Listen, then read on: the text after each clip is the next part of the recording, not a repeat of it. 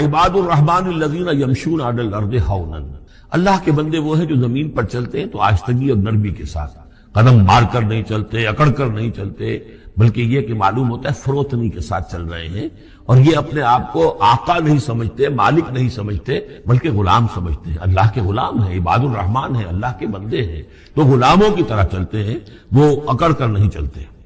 وَإِذَا خَاطَبَهُمُ الْجَاهِلُونَ قَالُوا سَلَامًا، ایک ان کا وصف یہ ہے کہ جب جاہل لوگ، اجڑ لوگ، مشتعل مزاج لوگ خامخواہ ان سے الجھنا چاہیں، بحث و مباحثے میں انہیں جو ہے وہ خامخواہ الجھانا چاہیں، تو وہ کہتے ہیں سلام، وہ الجھتے نہیں، بحث و تمہیز کے اندر نہیں۔ جب وہ دیکھتے ہیں کہ ایک شخص بحث پر اتر آیا، وہ اب بات سمجھنا نہیں چاہتا، اس کے اوپر ضد جو ہے وہ مسلط ہو چکی ہے، تو اب خامخواہ اس کے ساتھ وہ الجھے رہنا، جس کو ہم کہتے ہیں ہمارے ہاں وہ پنجاب میں یہ سینگ پھنسا کر آدمی جو ہے وہ اپنا وقت ضائع کرے، اس کا بھی وقت ضائع کرے، کوئی فائدہ نہیں۔ میچور آدمی یہ کہ دیکھے اگر تو واقعی یہ بات سمجھنا چاہ رہا ہے تو سمجھائے، نہیں سمجھنا چاہتا، اس کی اصل میں نیت ہی نہیں ہے، تو پھر خامخواہ اس کے ساتھ الجھنے کا فائدہ نہیں۔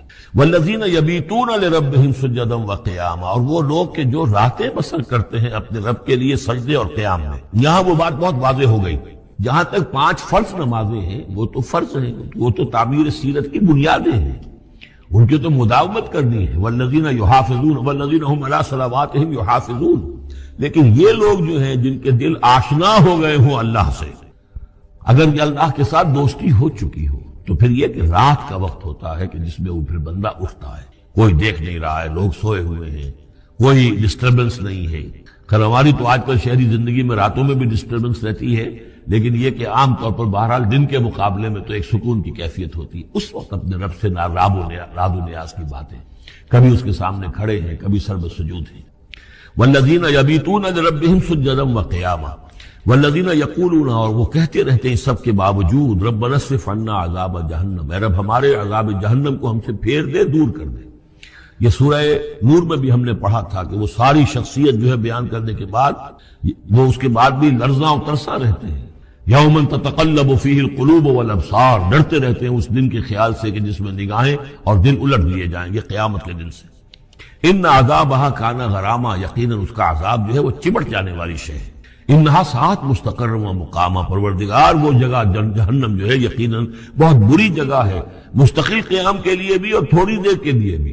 جو میں نے عرض کیا تھا کہ دنیا میں بری سے بری جگہ بھی جو ہے اس میں بھی آپ تھوڑی دیر کے لیے جائیں گے تو ریکریشن ہو جائے گی چینج کی وجہ سے، اور اچھی سے اچھی جگہ جو ہے اس میں بھی مستقل رہنا پڑے تو پھر اس کے اندر کوئی حسن اور کوئی جو ہے دلچسپی باقی نہیں رہے گی۔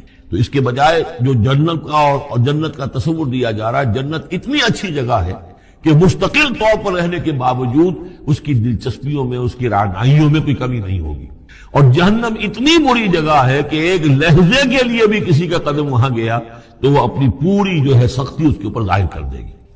والذین اذا انفقوا لم یسرفوا ولم یقتروا وکان بین ذلک قواما، اور وہ لوگ کہ جو خرچ کرتے ہیں تو نہ تو وہ اسراف کرتے ہیں اور نہ ہی بخل سے کام لیتے ہیں، بلکہ اس کے بین اعتدال جو ہے واقعہ یہ ہے کہ دنیا کا مشکل ترین کام ہے، توازن اور اعتدال۔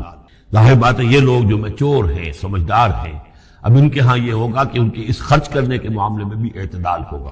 والذین لا یدعون مع اللہ الہا آخر، 3 کبیرہ گناہ وہ ہیں جیسا کہ ہم نے پڑھا ہے سورہ نساء میں بھی، ان تجتنبوا کبائر ما تنہون عنہ، تو بڑے بڑے گناہ وہ کون سے ہیں کہ جن سے اگر تم باز رہو تو باقی چھوٹے گناہ تو اللہ تعالیٰ جو ہے وہ معاف بھی کرتا رہے گا۔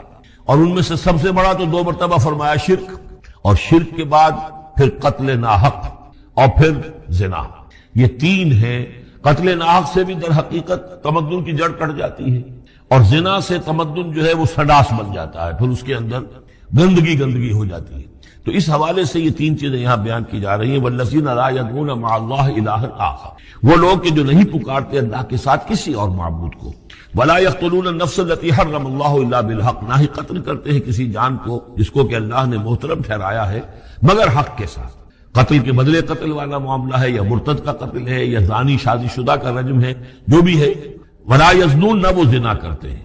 ومن یفعل ذلک یلقى اثاما، اور جو کوئی بھی یہ کام کرے گا وہ اس کی پاداش کو پکڑ کر اس کو جو ہے اس حاصل کر کے رہے گا، یعنی لازماً اس کی سزا اس کو مل کر رہے گی۔ یلقى اثاما یضاعف له العذاب یوم القیامہ، قیامت کے دن اس کا عذاب دگنا کر دیا جائے گا۔ یہ آیت اس اعتبار سے بہت اہم ہے کہ منکرین حدیث نے بہت شور مچایا ہوا ہے کہ قرآن مجید میں کہیں عذاب قبر کا کوئی تذکرہ نہیں ہے، صراحتاً واقعتاً نہیں ہے، احادیث میں بہت تفصیل ہے، لیکن یہ کہ یہ مقام ایسا ہے کہ جس سے ثابت ہوتا ہے کہ قیامت کے دن سے پہلے بھی عذاب ہے۔ یضاعف لہ العذاب یوم القیامہ، دگنا کیا جائے گا ان کے لیے عذاب قیامت کے دن۔ اس کا مطلب ہے کہ عالم برزخ میں بھی ان کے لیے عذاب ہے۔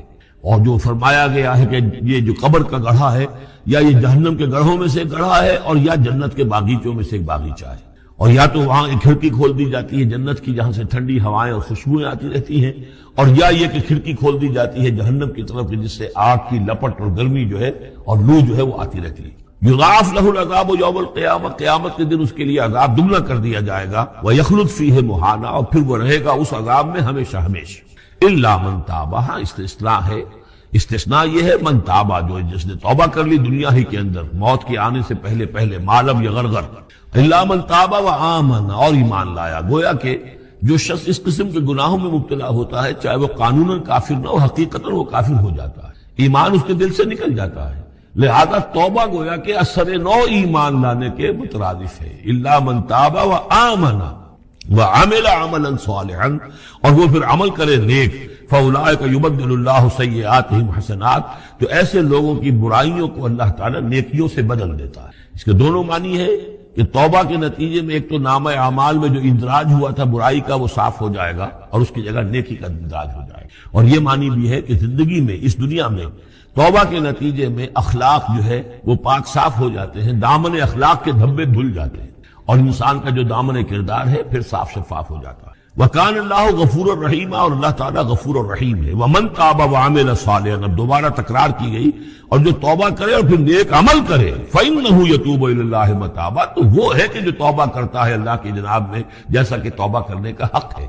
توبہ توبہ کی تسبیحیں ہو رہی ہوں، استغفار کی تسبیحیں ہو رہی ہوں، اور آیت کریمہ کے ختم ہو رہے ہوں 1.25 لاکھ کا اور لاکھ کا، لیکن حرام خوری جوں کی توں جاری ہو، وہ سارے غلط کام ویسے کہ ویسے جاری ہوں، وہ کوئی توبہ نہیں ہے، اس کا کچھ حاصل نہیں۔ والذین لا یشهدون الزور، اور وہ لوگ کہ جو جھوٹ کے پر موجود بھی نہیں رہتے۔ جھوٹ کی گواہی والی بات نہیں ہے یہاں، لیکن جھوٹ کی گواہی تو گویا کہ اس کے اندر خود بخود امپلائڈ ہے، یعنی ان کے اندر صداقت اور حق کے ساتھ اتنی غیرت ہوتی ہے کہ جہاں کوئی جھوٹ کا گزر بھی ہو وہاں وہ اپنی موجودگی بھی پسند نہیں کرتے۔ جھوٹ کا دھندا ہو رہا ہو، جھوٹ کا کاروبار ہو رہا ہو، جھوٹ بولا جا رہا ہو، یہ وہاں پر ان کی غیرت اور حمیت جو ہے صداقت کے ساتھ اور سچ کے ساتھ وہ اتنی ہے کہ وہ وہاں موجودگی بھی اپنی برداشت نہیں کرتے۔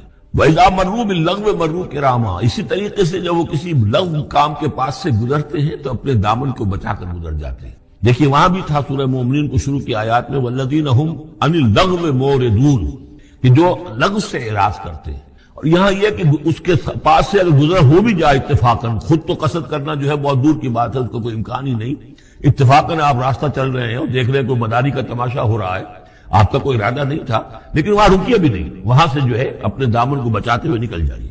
والذین اذا ذکروا بآیات ربہم، اور وہ لوگ کہ جن کو جب ان کے رب کے آیات کے ذریعے سے نصیحت کی جاتی ہے، سمجھایا جاتا ہے، لم یخروا علیہا صما وعمیانا، تو نہیں گر پڑتے اس پر بہرے اور اندھے ہو کر۔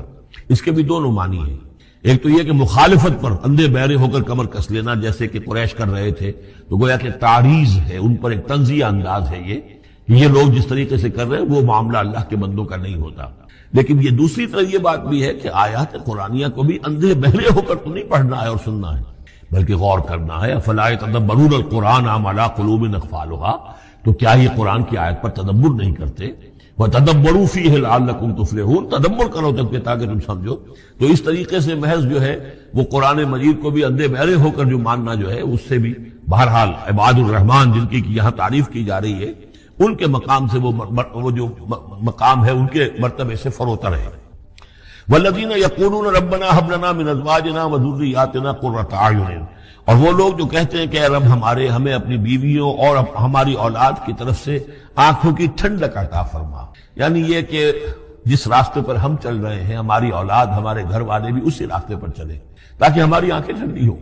ایسا نہ ہو کہ میں تو اللہ کے دین کے راستے کی طرف چلنے کی کوشش کر رہا ہوں اور اولاد کسی اور طرف کو دور لگا رہی ہے، تو ایک کشاکش ہے۔ پھر یہ جو صورتحال جو ہے فرکشن گھر کے اندر پیدا ہوتی ہے، تو اللہ تو ہمیں ہمارے گھر والوں سے آنکھوں کی ٹھنڈک عطا فرما، اور آنکھوں کی ٹھنڈک ظاہر بات ہے عباد الرحمن کی کن چیزوں میں ہوگی؟ کہ وہ بھی اللہ کے بندے بنے، اللہ کی بندگی کے راستے کو اختیار کریں۔ وَجْعَلْنَا لِلْمُتَّقِينَ اماما، اور ہمیں متقیوں کا امام بنا۔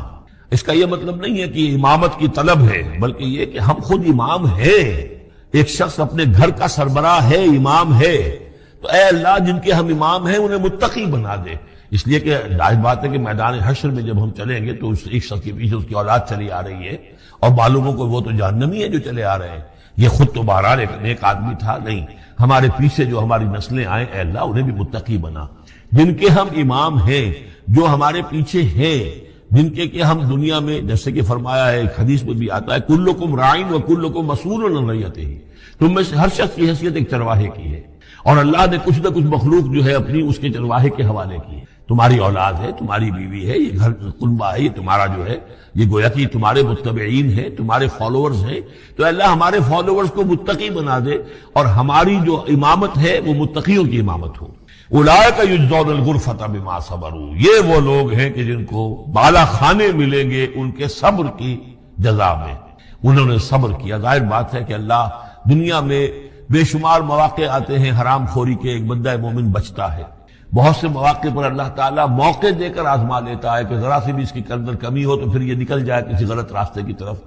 انسان جو ہے صبر کرتا ہے، جذبات کو روکتا ہے، اپنی خواہشات کو روکتا ہے، شہوات کو تھامتا ہے، ان تمام چیزوں کو سنبھال کر یہ سب گویا کہ پوری زندگی صبر ہے۔ تو بما صبروا اولئک یجزون الغرفۃ بما صبروا، یہ وہ لوگ ہوں گے کہ جنہیں بدلے میں ملیں گے بالا خانے جنت کے ان کے صبر کے عوض۔ وَيُلَقَّوْنَ فِيهَا، ان کا استقبال کیا جائے گا وہاں جنت میں، ان بالا خانوں میں، تحیۃ و سلاما، سلام کے ساتھ اور دعاؤں کے ساتھ۔ خالدین فیہا، وہ رہیں گے اس میں ہمیشہ ہمیش۔ حسنت مستقرا و مقاما، بہت ہی عمدہ ہے وہ جگہ، مستقر کے طور پر بھی، مستقل قیام گاہ کے طور پر بھی، اور مقامہ تھوڑی دیر کے لیے بھی۔ تو یہ گویا کنٹراسٹ ہے۔ جہنم کو فرمایا ساعت مستقرا و مقاما، اور جنت حسنت مستقرا و مقاما۔ قل ما یعبأ بکم ربی، اے نبی ان سے کہہ دیجئے میرے رب کو تمہاری کوئی پرواہ نہیں ہے۔ یہ نہ سمجھو کہ میں تمہارے پیچھے اپنے آپ کو ہلکان کر رہا ہوں، تو میرے رب کو کوئی تمہاری ضرورت ہے؟ میری یا میرے رب کی کوئی ضرورت اٹکی ہوئی ہے تمہارے بغیر، وہ بات پوری نہیں ہوگی۔ یہ چھپر تم ہی اٹھاؤ گے تو اٹھے گا، ورنہ اٹھ نہیں سکتا، یہ نہ سمجھو۔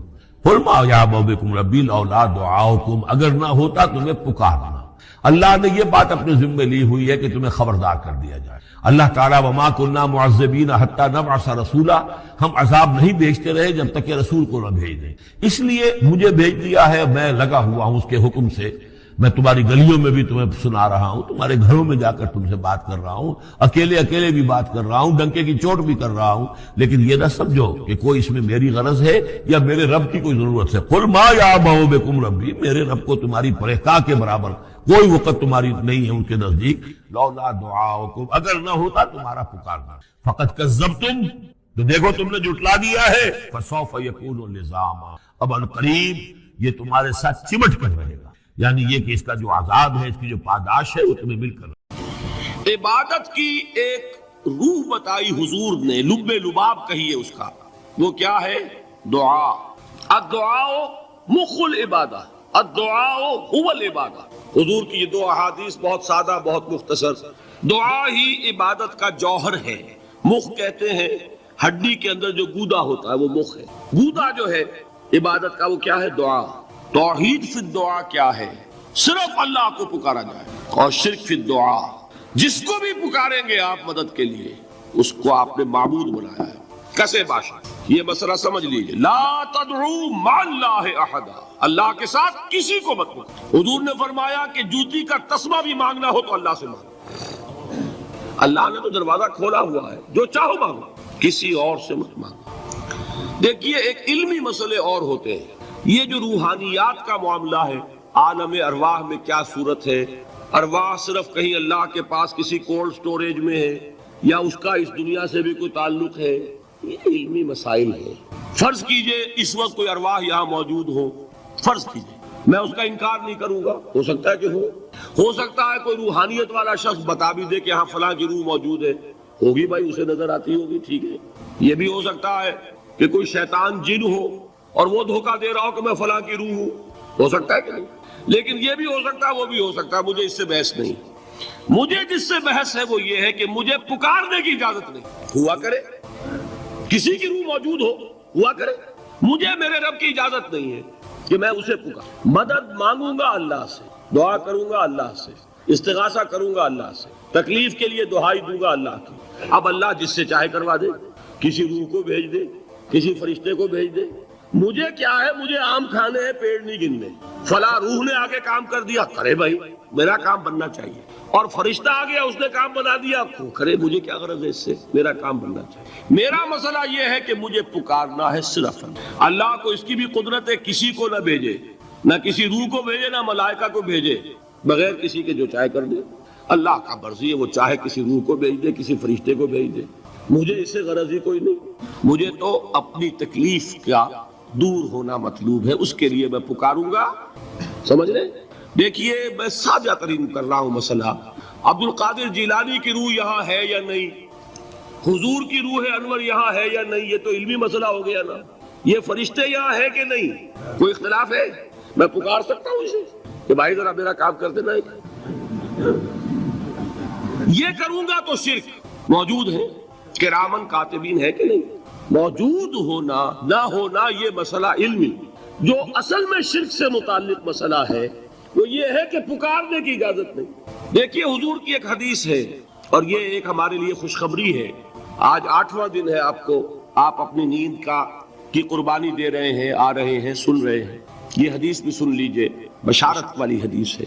مجتمع قوم فی بیت من بیوت اللہ، نہیں جمع ہوتے کچھ لوگ اللہ کے گھروں میں سے کسی گھر میں۔ اس کا مصداق اول تو مسجد ہوگی، لیکن تقریباً تمام محدثین نے مانا ہے کہ صرف مسجد تک محدود نہیں ہے، سب گھر اللہ کے ہیں، یہ جگہ کس کی ہے؟ تو عام ہے یہ چیز، لیکن مسجد کا ہوگا تو وہ مصداق اول ہو جائے گا۔ مجتمع قوم فی بیت من بیوت اللہ یتلون کتاب اللہ ویتدارسونہ بینہم، کام کیا کر رہے ہو کہ اللہ کی کتاب پڑھ رہے ہو، وہ سمجھ رہے ہو، سمجھا رہے ہو، تو کیا ہوتا ہے؟ الا نزلت علیہم السکینہ، ان پر اللہ کی طرف سے سکینت کا نزول ہوتا ہے۔ وغشیتہم الرحمہ، رحمت خداوندی انہیں ڈھانپ لیتی ہے۔ وحفتہم الملائکہ، فرشتے ان کے گرد گھیرا ڈال لیتے۔ وذکرہم اللہ فی من عندہ، اور اللہ ذکر کرتا ہے ان کا ملائکہ مقربین کی محفل میں۔ دیکھو تم کہتے تھے یہ انسان بڑا گھٹیا ہے،